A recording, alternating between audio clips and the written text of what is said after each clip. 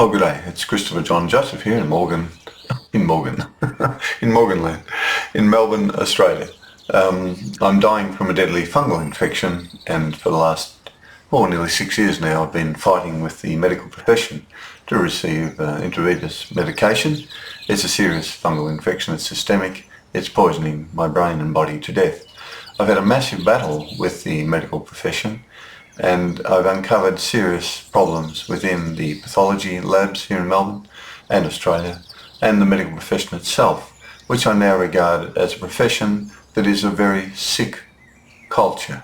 It has a very sick culture. Now, there are serious problems. I'll keep this relatively short.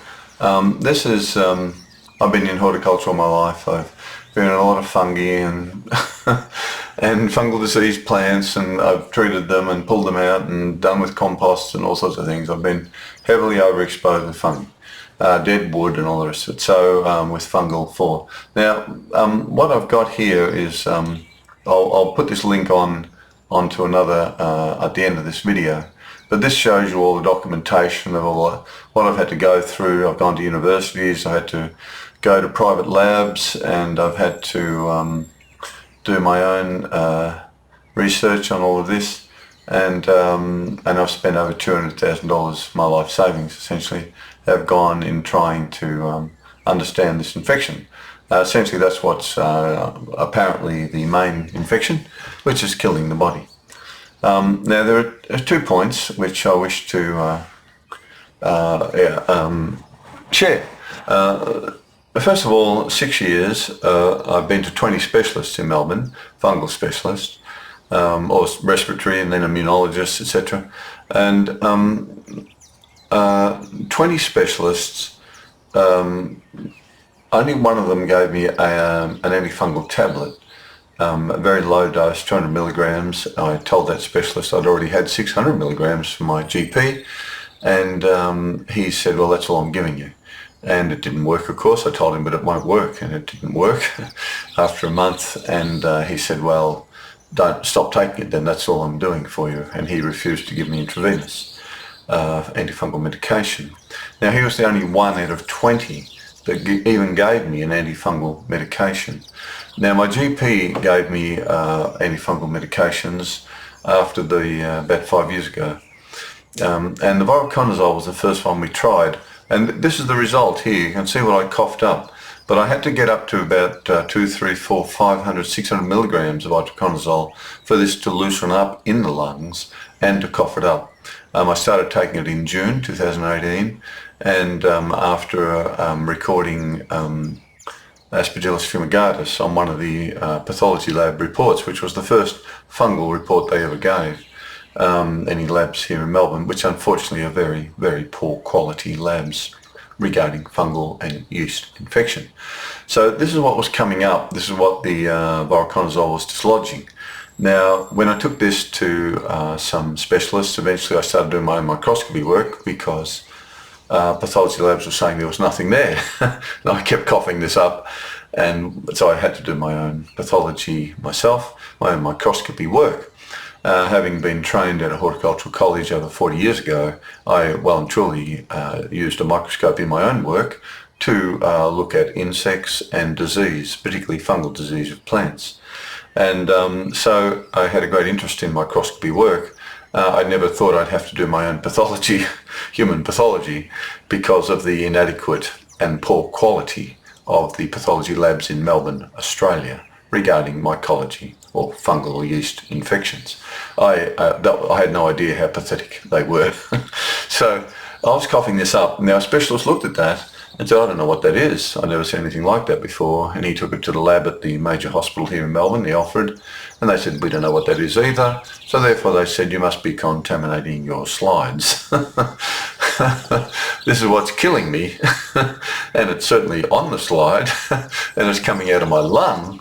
But it's not what you would call a contamination from me going outside in the garbage bin and sticking the slide in the garbage bin and then putting it under the microscope. This is straight out of the sputum, straight into a sterile container, straight onto the slide. But I do wet mounts, what I call wet mounts, and they do staining.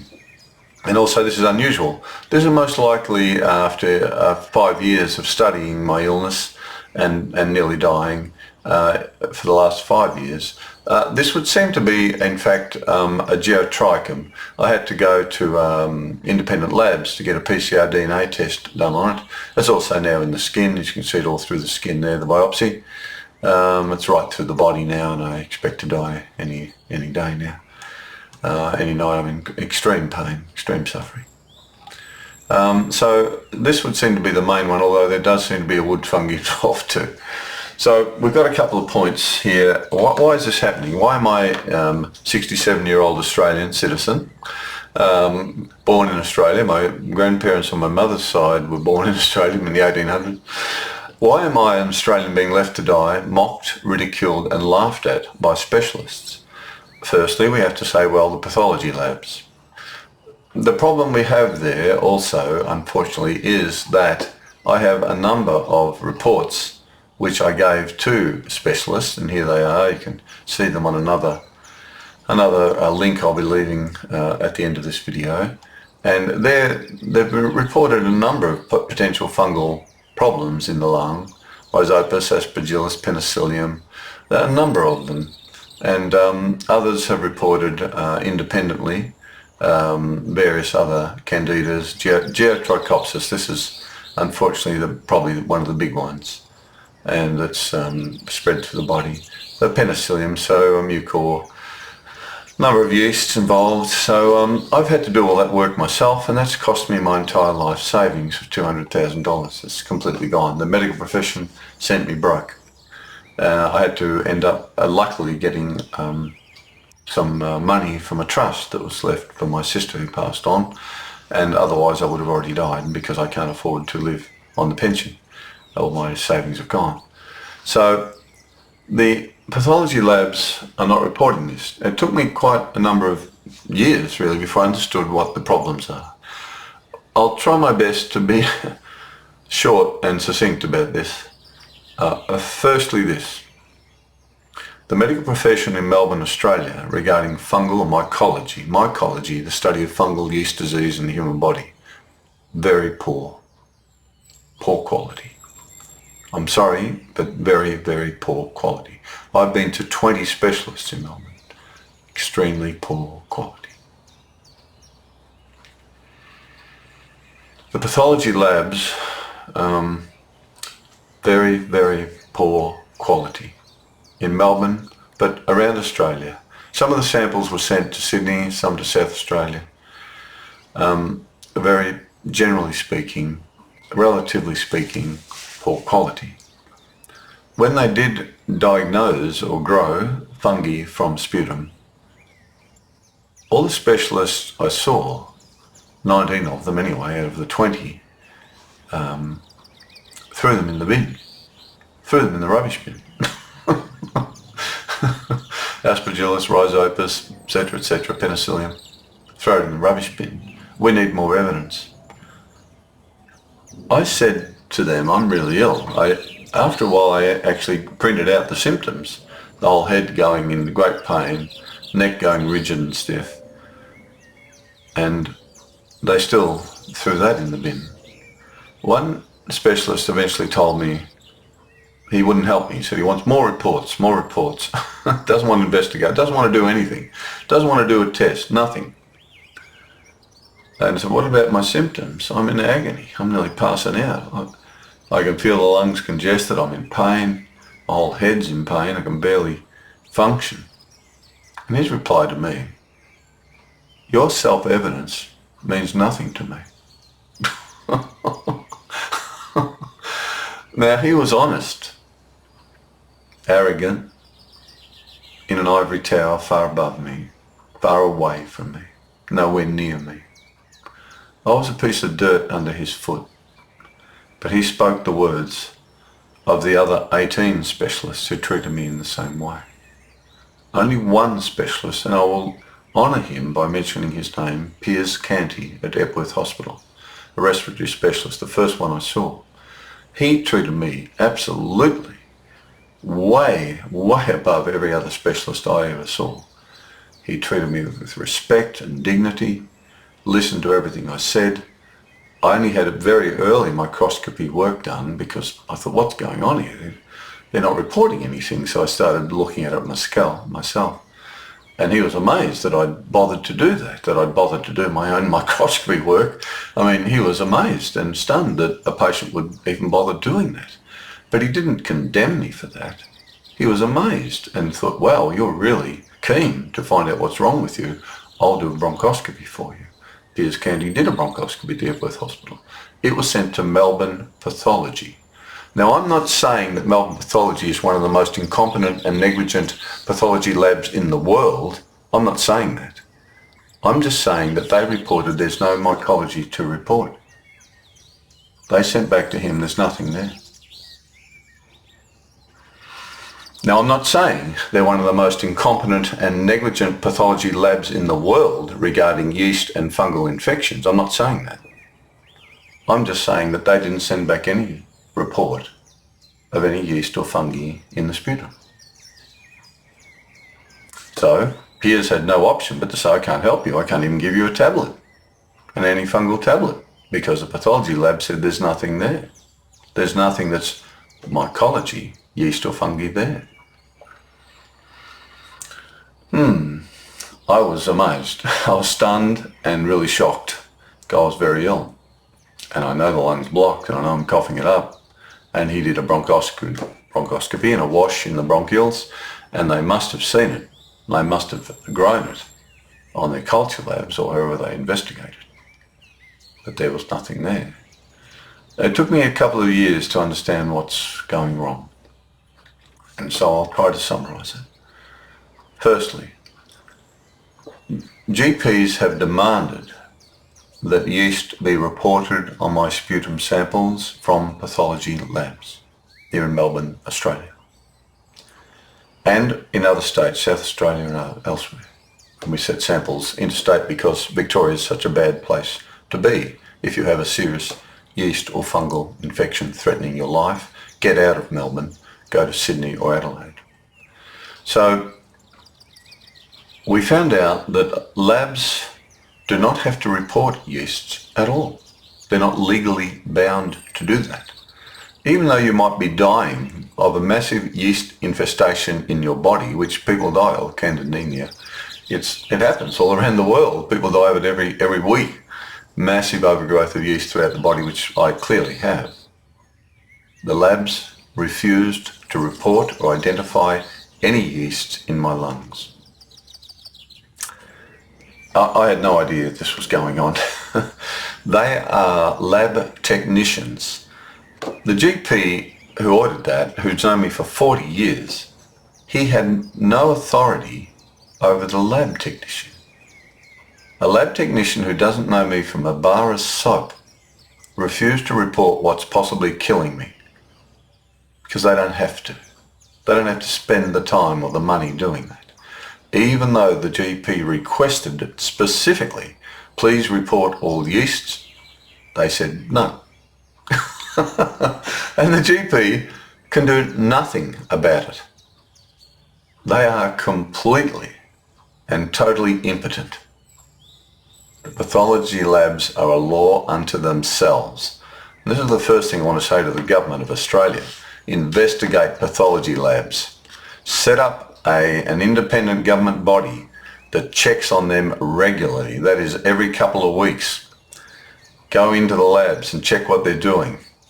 Sit down with staff privately and ask them to report any incidents that are definitely not correct, because there is an enormous problem in the pathology labs here in Melbourne, Australia. So there it is. I can cough all that up in the world. They'll never produce it on their results, and a specialist will never treat me. So I'm left to die in agony. Extraordinary. Just extraordinary. Even I know about people dying from massive yeast infestation in their body. Even I know that. I'm a horticulturalist. I know about yeast. Fruits have yeast on them, bloom of yeast. Wine is made through yeast, the action of yeast. I've learned about yeasts. Even I can see that these are yeasts, most likely. It took me a while to understand their geotrichum. So labs are not reporting yeasts, and they're very pathetic at reporting fungi correctly here in Melbourne, Australia. I'm not saying they're negligent and incompetent. I'm just saying they're not very good at their job. That's all. They can still make a wooden chair, but it may not be very well balanced to sit on. It may wobble. So that's what's possibly the main killer, but it could be a wood fungi as well. So the pathology labs are refusing to report what doctors ask them to report. That is to change. This requires the government to step in and intervene with these pathology labs who are rogues. I mean, they really are. They are powers unto themselves. They answer to no one. They have a puppet authority that just lets them do whatever they want. That's the way it works. It's the system within the system, and everyone protects everyone in the system. It's about the system protecting each other. So it's no good going to the system for this. You've got to come in from another angle, from outside body, government investigation. So doctors need to be allowed to request anything they want on a test, and it has to be done by the pathology lab who knows nothing about the patient whatsoever. Secondly, two GPs have been threatened. One by the CEO of a private pathology lab here in Melbourne. The other one won't tell me who threatened him. That's because I was given samples by that GP, who's known me for 40 years, because my microscopy work was superior to anything that the pathology labs here in Melbourne were doing. The evidence I have is just, you can't deny it. It's there. There it is. I'm coughing it up. It's all through the skin now as well. It's spread. Now, they were threatened. Unfortunately, I lagged them in. I didn't realise what was going on. I mentioned how my GP was fully supportive of me. He could see my evidence was clear and that the pathology labs were missing it. Now, he won't tell me who threatened him, but I do know for a fact that one of the heads of one of the private pathology labs here in Melbourne interfered with my relationship with another GP. He did everything for me. He said, I'll do everything for you once he saw my predicament. But then he unfortunately, unbeknownst to me, contacted one of this lab, particular lab, I won't mention. He ended up speaking to the CEO, got onto the phone to him, and after he spoke to that CEO, when the next time I saw him, he said, I want nothing to do with this. I'm out of this. So there's a CEO of a pathology company here in Melbourne, private company, interfering with a patient and GP, general practitioner, with our relationship. That GP trying to save my life. He interfered with that and steered that GP away from wanting to do anything for me. He did continue to try to do some things for me, but he backed off because of that CEO of the pathology lab here in Melbourne. The other GP who was threatened was really frightened. He wouldn't tell me who threatened him. I suspect it could possibly be the same CEO, but I don't know. But someone threatened him from higher up in the chain of authority, power, because that's what it's all about, the medical profession. Money, power, and fear. The patient, you're worth nothing. So there we go. So that's what I'm coughing up and possibly what's killing me. So pathology labs, along with being very poorly trained, very ordinary in Melbourne, Australia, at identifying fungi, particularly anything unusual. Then you've got this extraordinary autonomy that they have where they dictate to doctors what they will do for them. That's just disgraceful. That is just bonkers. Totally bonkers. The GP is trying to save my life, not the lab.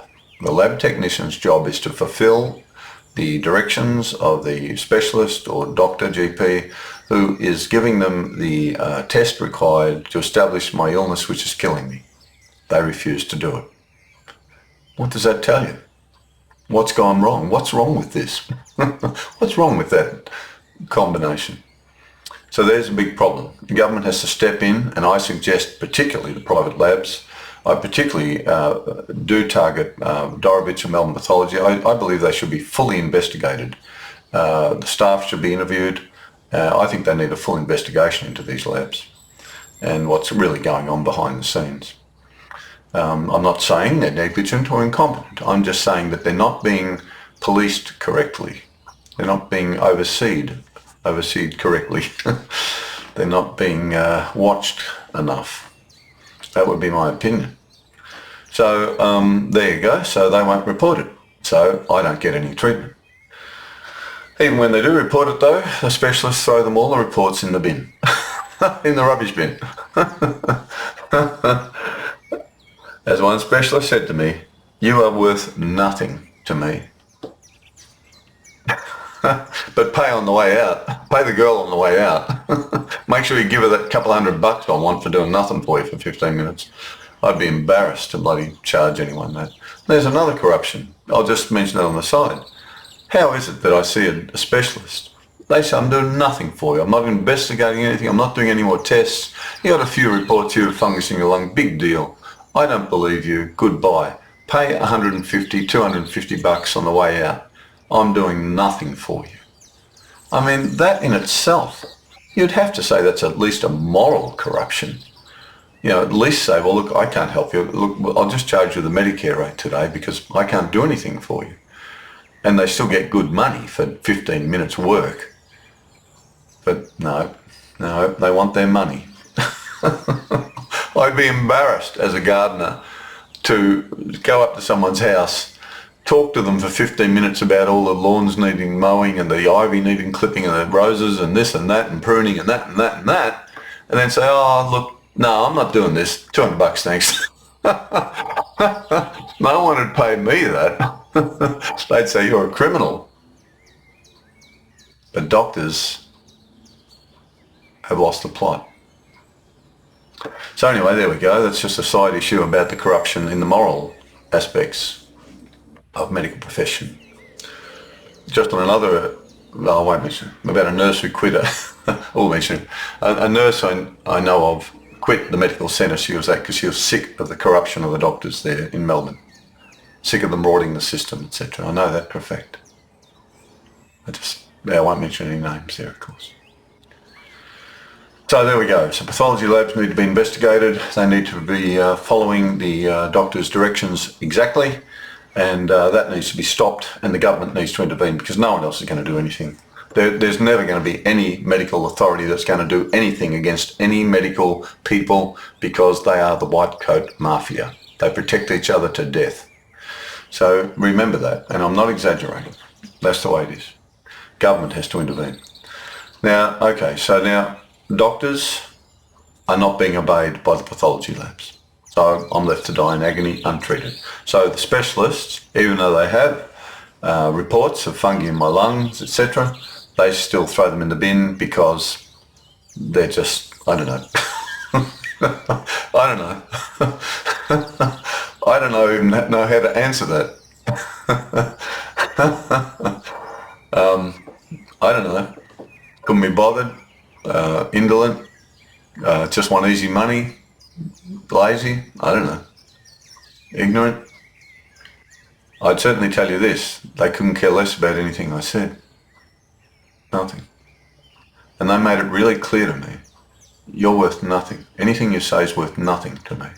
You mean nothing to me. That's what they all said to me. Except Piers Kent. There was one other doctor specialist who looked at these images, took them to the hospital lab. They didn't know what they were, and they therefore suggested I must be contaminating my slides. so they dropped me. Again, I know that these are possibly Arthroconidia hypha, a particular type of hypha that are segmented. Now these are specialists. These are mycologists in our major hospitals in Melbourne. They had no idea what this is. Even I can clearly see that these are quite likely Arthroconidia segments. And the reason I can show you this is because there it is in the skin, the infection that's killing me, poisoning me to death. It's extremely agonising. Now there's sputum, brain-heart infusion. So there's sputum growing in brain-heart infusion. You can see these different lengths of cells. Now again, same thing here. Now this is from the web. This is geotrichum. Geotrichum, as you can see, you see different shapes, different sizes. Well, that's geotrichum. There's a geotrichum from a web, right? Again, you see these different shapes, different sizes, different lengths. Well, lo and behold, there's another web photo. There they are, circular, all different sizes, different shapes. And lo and behold, that's what I'm growing from sputum, the same thing. There it is there, and there they are. They're different sizes, different shapes, very fluid, and that's what I'm coughing up. So I'm coughing up what appears to be arthroconidia of hypha chains of geotrichum. And they're just reproducing anyway. You can see here, they're clearly, you can imagine all these being linked eventually as hypha, and they're just now reproducing enough to poison me to death. So a bit of a shame, I assure you it's extremely painful, extremely agonising. So there we go, so there's some more. That's some sputum I've coughed up, and clearly again you can see these different shapes here. So even I can clearly see the yeast, possibly a type of yeast, geotrichum. So we've got a bit of a problem in that no one will believe me and no one listens. Now the other very important point is that 2 GPs have been threatened. One by a head of the CEO of a pathology lab in Melbourne. The other one wouldn't tell me who threatened him. And this all comes down to 2 GPs. One gave it to me in writing, in fact, that he refused to contact a pathology lab here in Melbourne because they weren't reporting anything being there. And we know I'm ill, we know the lung's congested, we know something's there. They were reporting nothing. Now, he said to me, I can't question their results because my medical insurance will not cover me. He was frightened he might be sued if he questioned the results. I think it may have been of Melbourne Pathology at the time, or Dorevich, one of the two. He said, I can't question them. I can't ring them up and even talk to them about the possibility that they've missed something, because that leaves me open to being sued by them, because they may imply, or they may insist that I'm implying that they're negligent or incompetent. Now he was frightened to ring them up on my behalf, a doctor, a GP trying to treat me and save my life. He was frightened of the pathology labs, the power of these rogue pathology labs. What does that tell you? A doctor trying to save my life, frightened to ring up a pathology lab, knowing their result missed it. This is certain. Knowing I was ill, I was still coming to him. I was sick. Wouldn't ring up. Then the other GP was actually threatened. On the phone, threatened. Threatened, I imagine, to be taken before the medical board and have his licence either suspended or cancelled, because he had done things that he shouldn't technically do. He'd given me samples which we'd sent to the labs for testing, which he also gave me to examine at home, because my pathology is superior to all the pathology labs in Melbourne. It's just that simple. Just that simple. And he knew that. You can't deny this evidence. It's ridiculous. And I do wet mounts, which they won't do.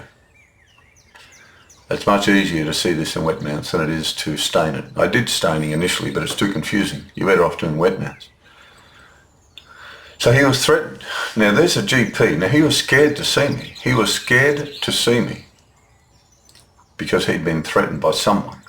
I don't know if it was the head CEO of a private pathology lab in Melbourne who threatened him. I don't know. He won't tell me. I wish I knew who it was, but I don't. So how disgraceful, how degenerate is that? A medical profession, a patient who's fighting for his life, in agony, sick, dying, fighting every day to stay alive, and a GP is frightened to talk to a pathology lab, to tell them you missed something, frightened to ring up a specialist because the specialist might sue him for implying he's missed something, he's negligent.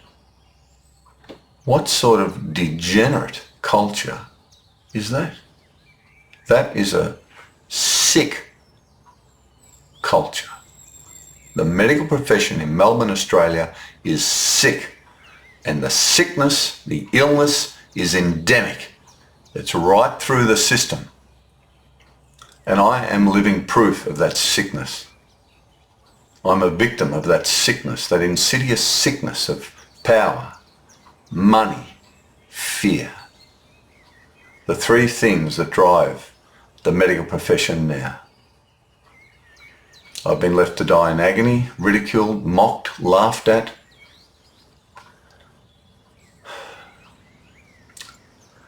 And these true doctors, the one or two really true doctors, have been threatened for helping me too much.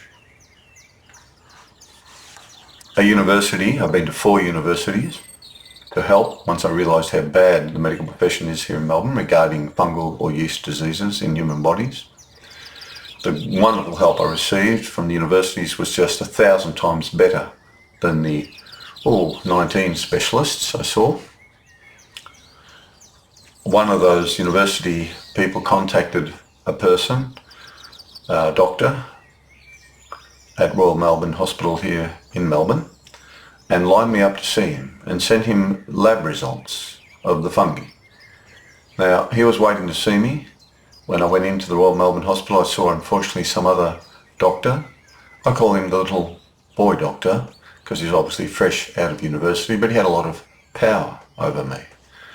I realised he wasn't the doctor I was supposed to see and asked him if he would mind transferring me to see him the next time he's available. He smiled at me, said, "Yes, I'll do that for you right now." And he typed on his computer, and I thought, oh, great. I thanked him. I said, "Oh, thanks for doing that. I really appreciate it." I said, because he's received independent microscopy work from a microbiologist regarding my illness, and he's waiting to see me. I said, that's why I need to see him. He's waiting to see me. He has this evidence. He's keen to see me. This young doctor, the boy doctor, lied to my face. He wasn't typing in that he was going to organise for me to see him.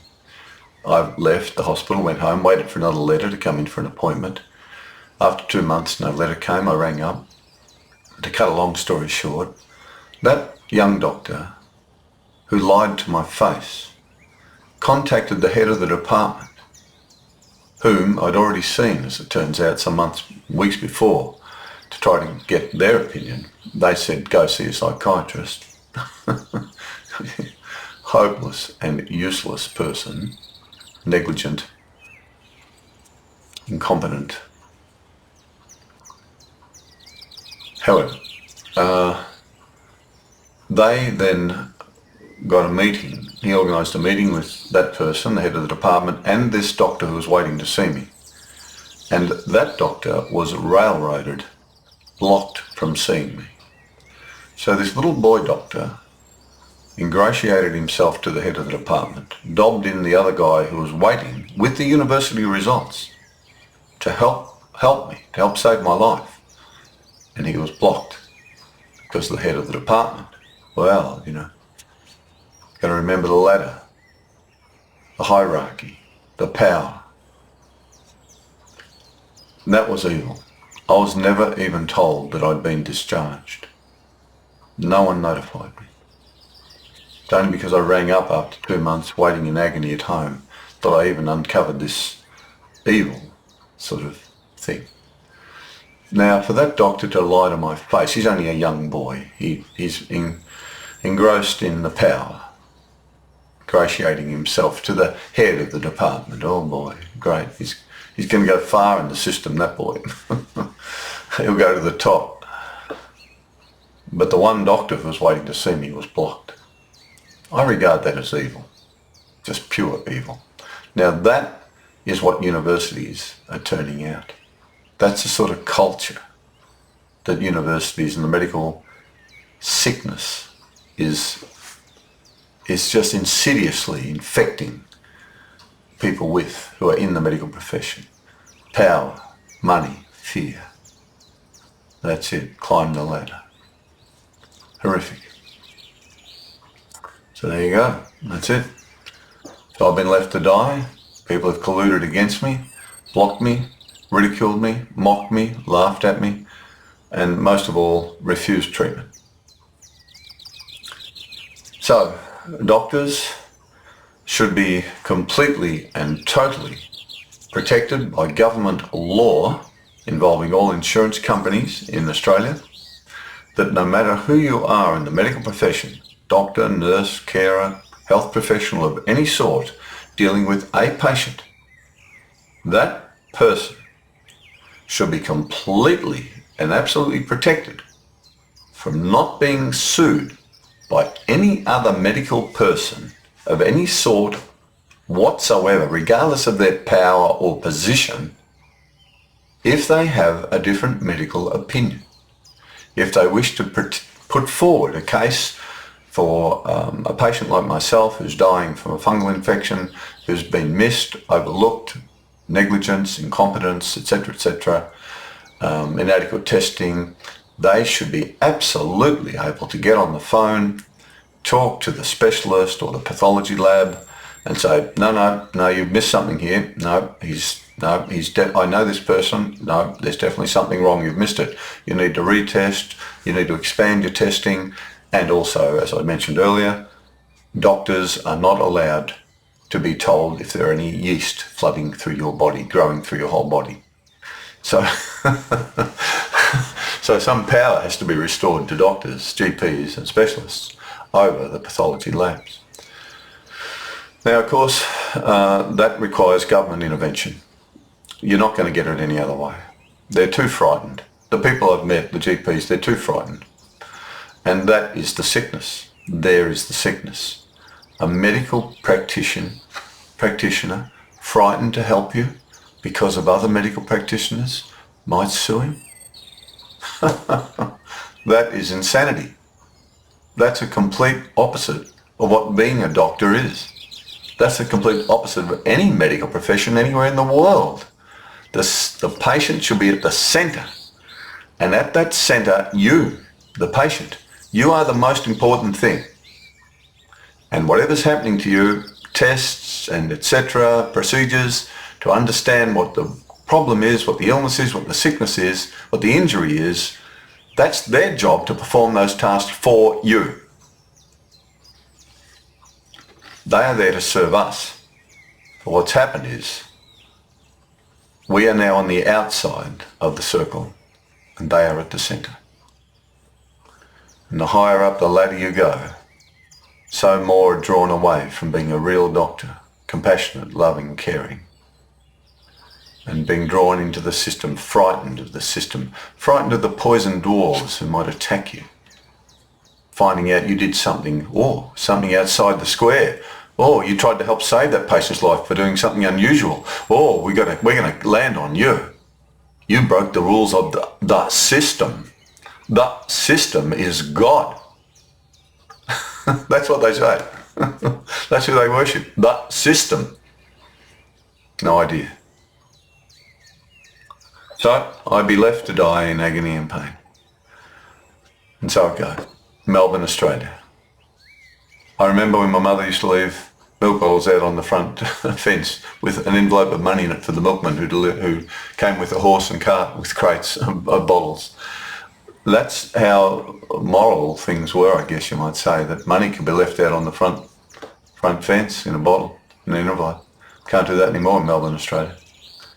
And so the degeneration of morals and corruption has massively infected the medical profession here in Melbourne from university level right through. Only a spiritual injection, an injection of spirituality, that's the only thing that's going to correct it, nothing else. When I say spiritual injection, it's humanity, it's love, compassion, but these are all spiritual aspects anyway of great teachers like Buddha and Jesus. These colleges, these universities in Melbourne and Australia, they need to do a course on spirituality. about love and compassion. They must include that in their doctoring, 6 years doctoring of studying blood and vessels and brains and chemicals and blah, blah, blah, and medications, etc. Really wonderful, don't get me wrong, I'm not knocking them. Operations are great, and various chemicals can be helpful, but we're human beings. When someone's suffering, you should care about them. The doctors are being taught not to listen to anything the patient says. That makes the patient feel like no one, nothing, abandoned, worthless, insignificant by the very people who became doctors. You can only assume for some reason to help sick people, but it's now been depraved, degenerated into power, money, prestige. I've seen it. So there you go. So protect doctors. They should be allowed to offer any counter opinion and not be sued, because they're frightened to do that for me, and so I'm left to die in agony. No one will speak up for me. There's no advocate for patients, really. The system is massively controlling, very powerful. And the other thing about medical professionals is they protect each other absolutely to the hilt. They are the white coat mafia. That's what they're called by many people who understand this dynamic. Many people in the medical profession need to come out and speak about this, from nurses through the doctors, in hospitals, wherever you are. I ask you, please come forward into the media and talk about the way the culture needs to change. Their culture, and it's got to start at universities, but the culture is sick. The medical professional culture is sick, and it needs really serious changes. Regretfully, it's going to be tough and hard because of the power involved. You're upsetting massive power bases here, and they don't want to lose power or control over others. So, but if enough medical people come forward, from nurses, as I say, through to doctors, through to senior doctors, through to specialists, anyone who's brave enough, I don't have to worry, because they can't sack me from any hospital. I'm dying, so I'm the patient who's been left to die in agony. But I've seen these faults, and I've recorded them, and I've got clear evidence of this. So I'll attach another video, a longer video. There's so much we could talk about, but I've just tried to cover that. It's sad what's happened to me, but I can only pray now that someone will review this. I realise the system is massively powerful, and to bring about change in such a corrupt system like the medical system in Melbourne, Australia, very hard, very difficult. You've got people who are completely entrenched in power and money and fear and ladder climbing, and they won't easily change. And then you've got these young people like this little boy doctor. He absolutely just ingratiated himself to the head of the department and dobbed in the other guy who was waiting to see me, the other doctor. So you've got this really sick culture at a very young level, which is very sad. I feel very sad for that young boy doctor. He's already completely indoctrinated into power, money and fear, having power over patients and that sort of thing, and he loved wielding. And as I say, he lied to my face and smiled while he lied. That's a doctor. Oh, what a tragedy. What a tragedy. Okay, I'll leave it at that. I'll add on another video link which has got the longer microscopy work I've done.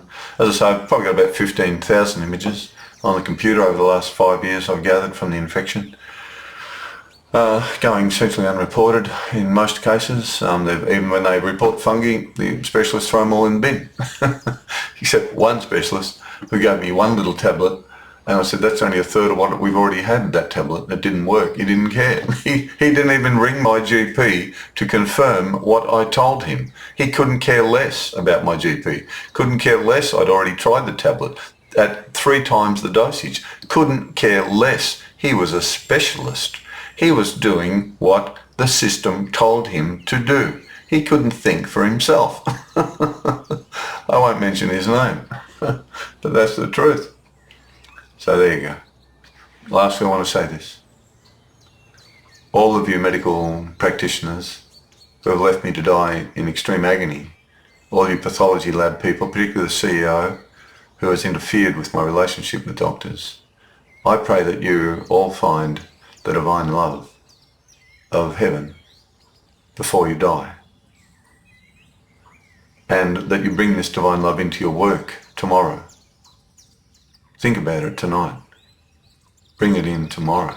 The next patient you see, love them. It'll change the way you deal with them if you love them. If you don't love them, you may as well be a cold fish in the ocean with some technical ability. I don't mean that as an insult. It's just that that's what you're doing and you don't even know it. May you bless them all with your divine love, Holy One. Amen. Well, bye. I'll see if I live through the night. I don't know what it is. What's the 23rd of July, 2024? Oh, well. I contribute, and as I say, government needs to be involved. Pathology labs need to be heavily investigated, and also they need to have an independent governing body doing spot checks on all pathology labs in Melbourne, particularly the private ones like Melbourne Pathology in Dorridge and other labs as well. Universities need to lift their standards. They also need to introduce a spiritual component into their courses. Otherwise, I realise you university people that may not believe in that in medicine, scientific medicine people, but you better bring it in, compassion and love. If a doctor hasn't got compassion and love, forget it. What's the point of them being a doctor? May as well just be a machine. So that's about it really. And doctors, of course, the government needs to step in and completely indemnify all medical people from offering a different opinion at any point regarding any patient, and remove this insidious and sickness where people are frightened to speak up about my illness to other doctors. Frightened. Even though they know they're wrong. They know they're incompetent, negligent, and they've misdiagnosed me. They are frightened to contact them. Now that is insanity. That is just so bonkers, so messed up. That's the medical profession in Melbourne, Australia. I can't use the word F, the F word, but it is effed up. Completely effed up. Who's going to fix this? It'll have to be the government, but the universities have to start by... You're not training the students well, unis. I'm sorry. Melbourne, Monash, wherever you are. You'll lift your game. And mycology. We need stronger fungi problem doctors. Again. May we love one another. I have no hatred towards anyone who's left me to die in agony, abandoned me, ridiculed me, mocked me, laughed at me, told me to go and see a psychiatrist and left me to die in agony, poisoned to death by a neurotoxic fungal infection in my body. I want you to know I have nothing but love for you, and I pray you reach heaven. But I warn you, to reach heaven we have to love one another. And in my case I have to forgive you. Oh, blimey. I'd have to get the forgiveness test, wouldn't I? Never mind. I pray that you, the medical professionals, find love for your patients. Amen. Bye.